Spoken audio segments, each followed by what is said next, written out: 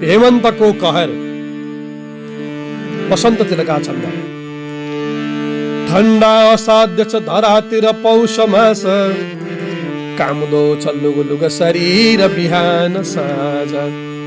हेमन्तको ऋतु छ बरबर हैम खस्छ माणौ फणिन्द्र तल झर्छ र नित्य डस्छ मारतण्डको बल र बरकत घट्न थाल्यो उत्पातको कहर दैनिक बढ्न थाल्यो चौतर्फ शुभ्र धरणी छ पिठो छरे झै बुट्टा सफेद रङका जगमा भरे झै देखिन्छ व्योम वसुधाको हिरो छ टम्म